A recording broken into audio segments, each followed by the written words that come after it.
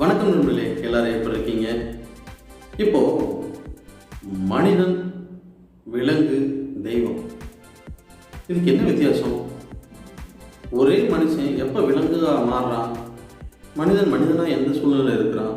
மனிதன் எப்போ தெய்வமாக மாறுறான்? இதெல்லாம் கொஞ்சம் சிந்திச்சு பார்க்கலாம். எப்படி ஒரே மாவு, அரிசி மாவு பல பலகாரமாக மாறுது. இட்லி, தோசை, பணியாரம்னு அது எந்தெந்த பாத்திரத்தில் ஊற்றுறோமோ அதை பொறுத்து அந்த அரிசி மாவுடைய பேர் மாறுதோ, உருவம் மாறுதோ, தன்மை மாறுதோ, அதே மாதிரி தாங்க நாமளும். நம்ம இந்த பிறவியில் மனிதனாக இருக்கிறோம்.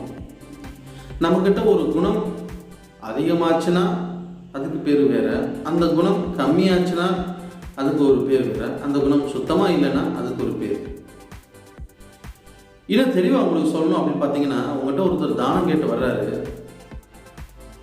உன் கைகாலெலாம் நல்லா தானே இருக்குது, உனக்கு எதுக்கு நான் காசு கொடுக்கணும் அப்படின்னு சொல்லி அவர் தட்டில் இருக்க காசையும் பிடுங்கி அவர் துரத்தி விட்டீங்கன்னா நீங்கள் மிருகம்.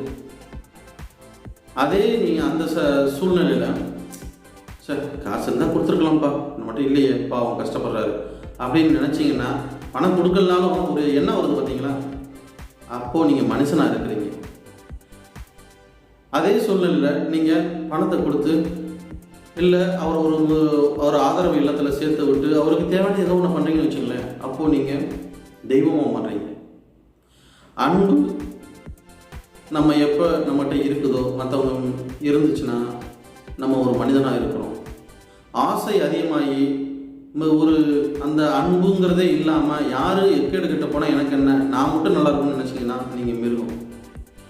நானும் நல்லா இருக்கணும், மற்றவங்களும் நல்லா இருக்கணும் அப்படின்னு சொல்லி எப்போ ஒரு இறக்க குணத்தோட கருணையோடு இருப்பீங்களோ அப்போது நீங்களும் தெய்வமாக மாறிடுறீங்க. நம்ம தெய்வமாக மாறலைனாலும் பரவாயில்ல, மிருகமாக மாறாமல் இருந்தீங்கன்னா வாழ்க்கையில் என்றைக்குமே வெற்றி நிச்சயம்.